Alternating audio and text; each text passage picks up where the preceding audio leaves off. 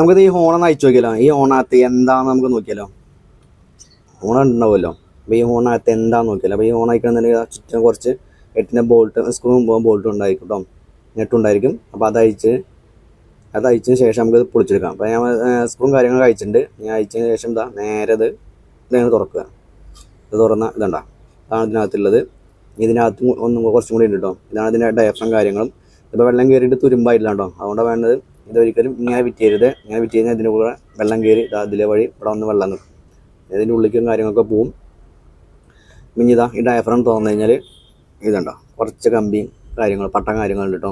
ഈ ഒരു സംഭവത്തിൽ നിന്നാണ് ഇതിൻ്റെ സൗണ്ടും കാര്യങ്ങളും വരുന്നത് കേട്ടോ. ഇത് വർക്ക് ചെയ്തിട്ട് ഈ ഡയഫ്രത്തിന് അങ്ങോട്ട് ഇങ്ങോട്ട് വലിച്ചതിന് ശേഷമാണ് ഈ സൗണ്ട് വരുന്നത്. അപ്പോൾ ഇത്രയും കാര്യങ്ങളുള്ളൂ കേട്ടോ ഈ ഹോണിൻ്റെ അകത്ത് വരുന്നത്. രണ്ട് വട്ട കഷ്ണം, പിന്നെ ഇവിടെ വയറിങ് ഉണ്ടായിരിക്കും, പ്ലസും എർത്തും ഉണ്ട്. അത് വർക്ക് ചെയ്ത് മാഗ്നറ്റായിട്ട് ഈ ഒരു പട്ടം അങ്ങോട്ടും ഇങ്ങോട്ടും വർക്കാവും. അപ്പോഴാണ് ഇതിൻ്റെ വർക്കിംഗ് വരുന്നത്.